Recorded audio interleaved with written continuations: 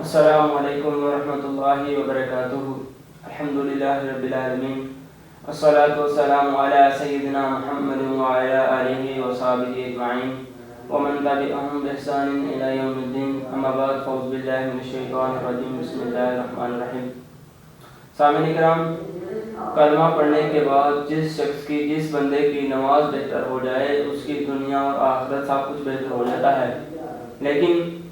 جو لوگ کلمہ پڑھنے کے بعد مسلمان ہونے کے باوجود نماز نہیں پڑھتے، میرے بھائیوں، ان کے بارے میں رسول اللہ صلی اللہ علیہ وآلہ وسلم کی یہ حدیث مبارکہ سن لیں۔ بین العبد و بین الکفر ترک الصلاۃ، کہ کافر اور مسلمان بندے کے درمیان فرق کرنے والی چیز نماز ہے،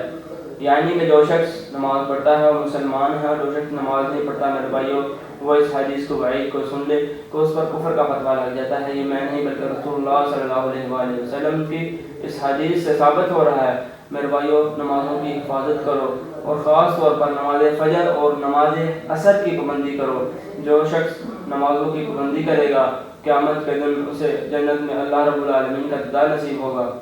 صحابہ کرام رضوان اللہ علیہ مجمعین فرماتے ہیں کہ ایک مرتبہ رسول اللہ صلی اللہ علیہ وآلہ وسلم کے ساتھ ہم موجود تھے، تو 14ویں رات کا چاند چمک رہا تھا، تو اللہ کے نبی نے ہمیں 14ویں رات کے چاند کی طرف اشارہ کر کے فرمایا کہ اے میرے صحابہ، جو لوگ دنیا میں رہتے ہوئے نمازوں کی پابندی کرتے ہیں قیامت کے دن وہ اللہ رب العالمین کو اس 14ویں رات کی چاند کی طرح دیکھیں گے، آمنے سامنے دیکھیں گے، ان کے درمیان کوئی پردہ نہیں ہوگا۔ میرے بھائیوں، لیکن جو دنیا کے فائدے کے لیے، دنیا کے کاموں کے لیے نماز کو ضائع کر دیتے ہیں ان کا کیا انجام ہوگا۔ اور ایک اور جگہ آتا ہے کہ جب بندہ کوئی فوت ہو جاتا ہے تو اسے جب قبر میں دفنایا جاتا ہے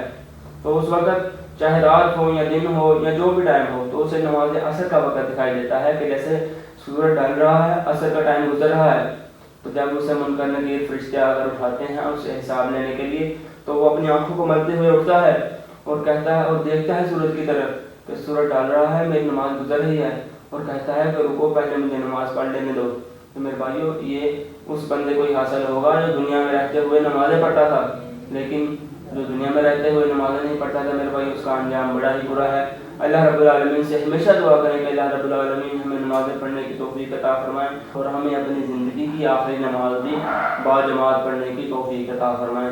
آمین و آخر دعوانا الحمدللہ رب العالمین۔